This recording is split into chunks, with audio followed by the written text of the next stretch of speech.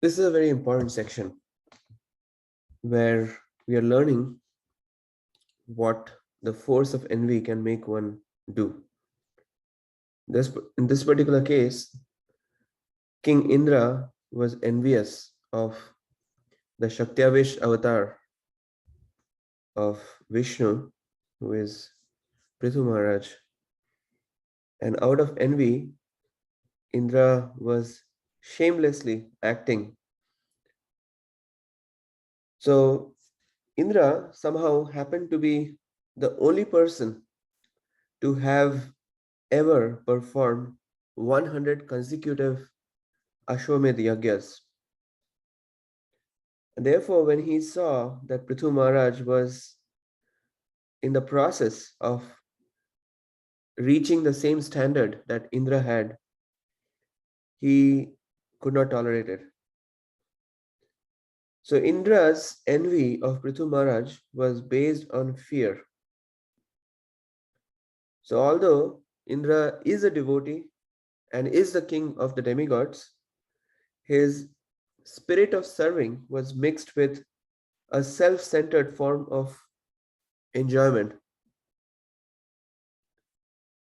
So this is the basic principle, that when we see ourselves as an enjoyer, that immediately puts us into the space of competition with Krishna, who is the actual enjoyer, as well as other parts and parcels of Krishna. And therefore, that naturally puts us feeling threatened and envious, especially when we are confronted with someone who appears to possess something we lack. And it is expected that there will be always somebody who would be possessing something that we are lacking. So therefore, enviousness is a natural condition of a fearful heart when that heart is filled with propensity to enjoy and compete with Krishna. So in the case of Indra, likewise, he was fearing that Maharaj Prithu's piety would exceed his own, and therefore his own position as the king of heaven was threatened. So what is envy? Envy is the inability to tolerate another person's success, and is the very essence of this material existence. And it is the king of all bad qualities. So when another's achievements threaten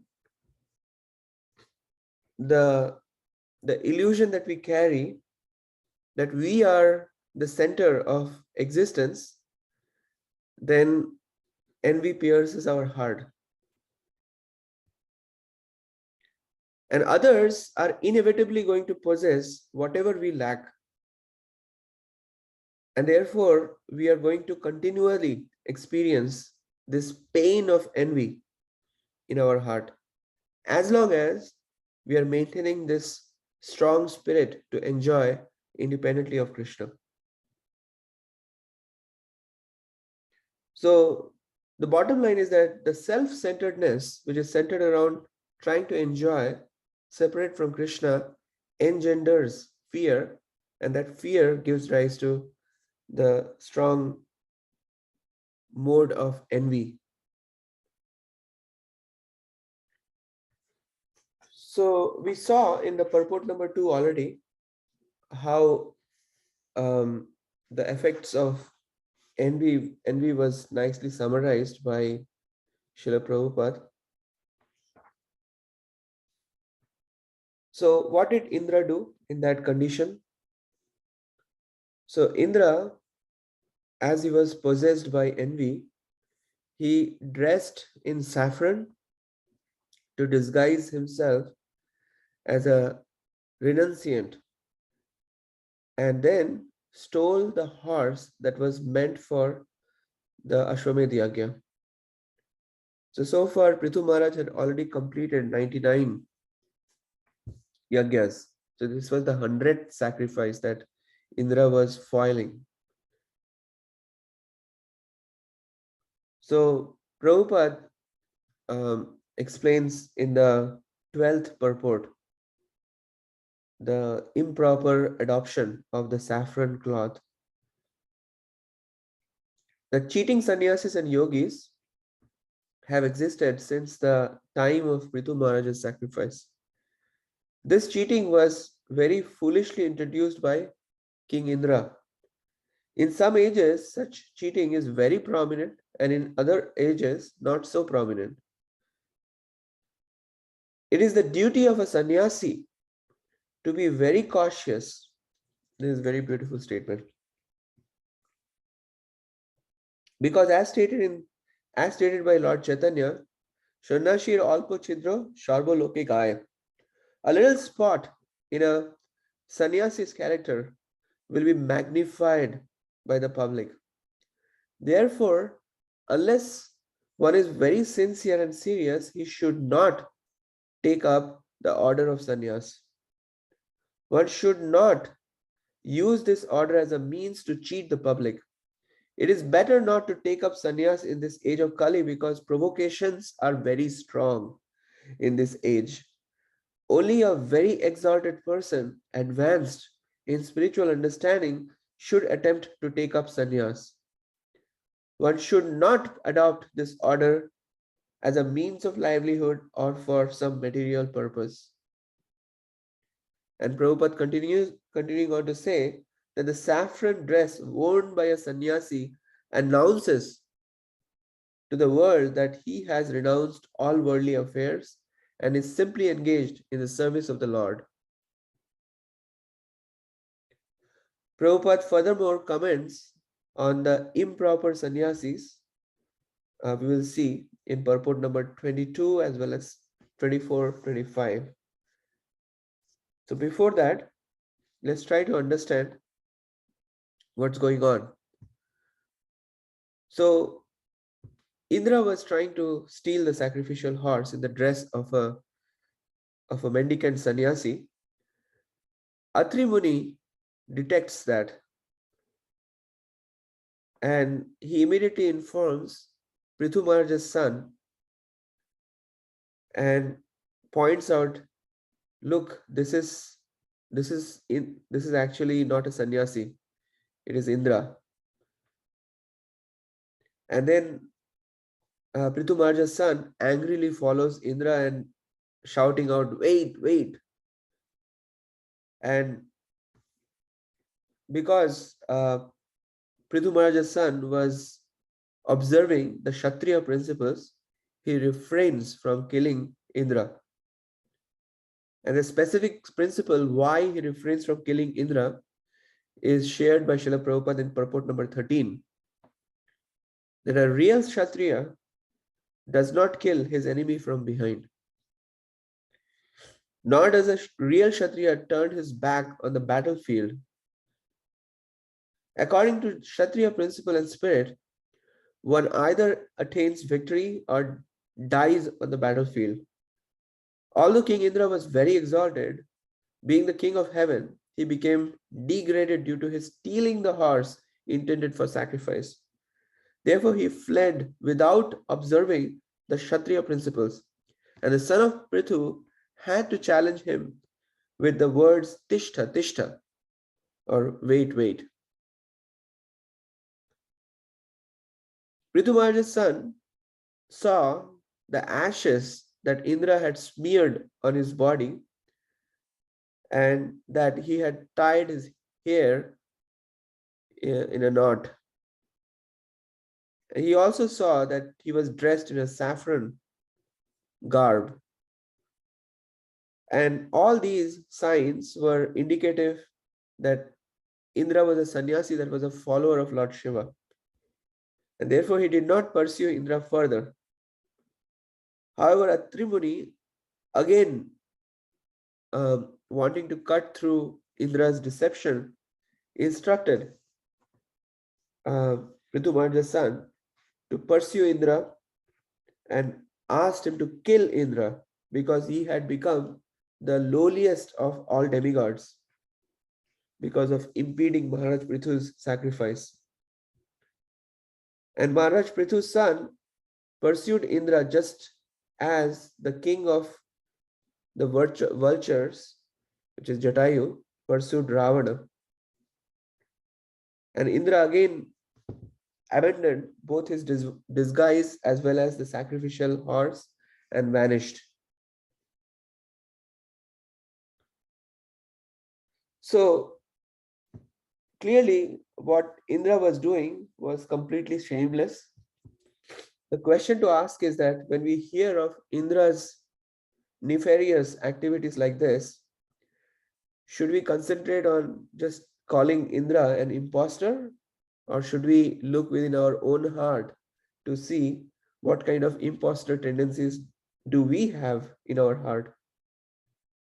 So the idea is the Bhagavatam is presenting this example so that we can expose our own lack of sincerity and surrender and try to see how we are creating deception in our own devotional life.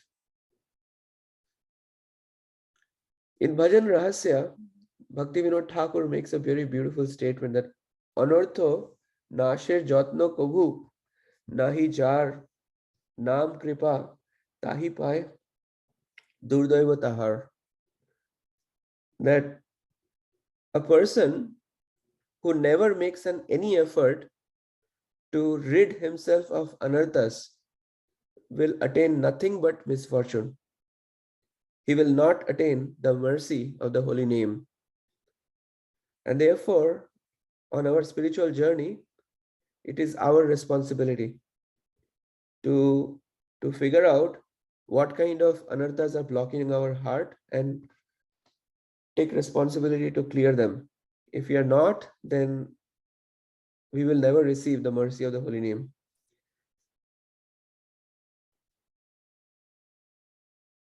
So, when the sages, they saw this valiant spirit of Pṛthu Maharaja's son in pursuing Indra and getting the sacrificial horse back, they were very pleased, and therefore they conferred upon Pṛthu Maharaja's son this name Vijitashva. Vijita means one who has won, Ashwa means horse, or one who has won the horse. So Indra, likewise, he again came back and did the same thing. Just after the horse was returned, again there was a deep darkness around the sacrificial arena. And then under the cover of the darkness, Indra stole the sacrificial horse again. And this time he took the garb of another variety of sannyasi. And again Atri Muni foiled Indra's plan, pointing to Vijitashva that this is Indra. And again Vijitashva got the horse back. So again and again, Indra tried to stop Pṛthu Maharaj from completing the 100th sacrifice.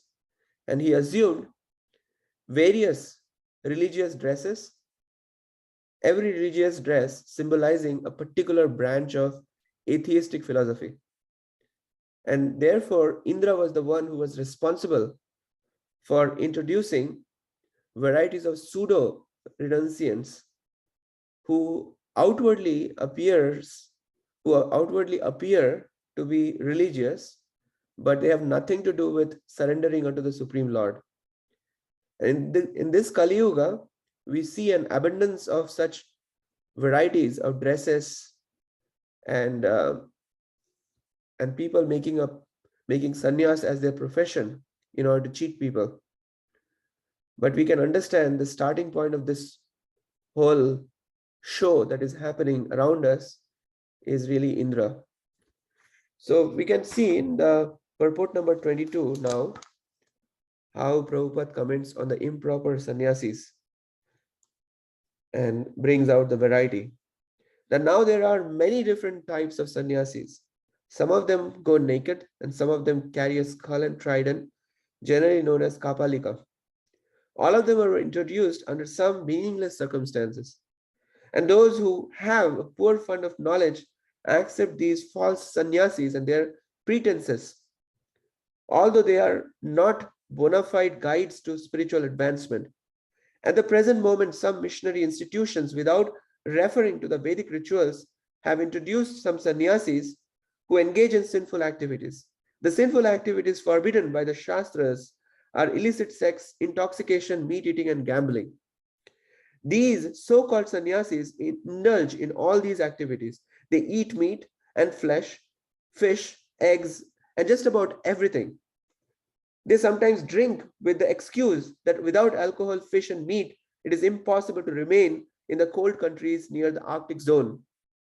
These sannyasis introduce all these sinful activities in the name of serving the poor, and consequently, poor animals are cut to pieces and go into the bellies of these sannyasis. As described in the following verses, such sannyasis are pakhandis. In Kali Yuga, the pakhandis are very prominent. However, Lord Sri Chaitanya Mahaprabhu has tried to kill all of these pakhandis by introducing his Sankirtan movement. Those who take advantage of the Sankirtan movement of the International Society for Krishna Consciousness will be able to save themselves from the influence of these pakhandis. Very strong purport. And Prabhupada continues on in 24-25 purport by saying that as stated in Srimad Bhagavatam, men in this age of Kali are short-lived, devoid of spiritual knowledge, and susceptible to accept false religious systems due to their unfortunate condition. Thus, they always remain mentally disturbed. The Vedic Shastras practically prohibit the adoption of sannyas in the age of Kali because less intelligent men may accept the sannyas order for cheating purposes.